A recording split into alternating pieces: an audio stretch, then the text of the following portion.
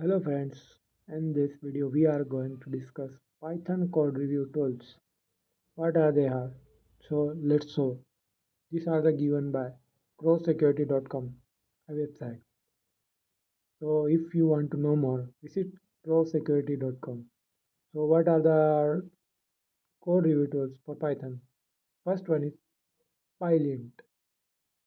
To know more, you have to visit crowsecurity.com. Second is GitHub. GitHub. Third is CodeSen. Codesen. And fifth is collaborator. Next is sixth is Code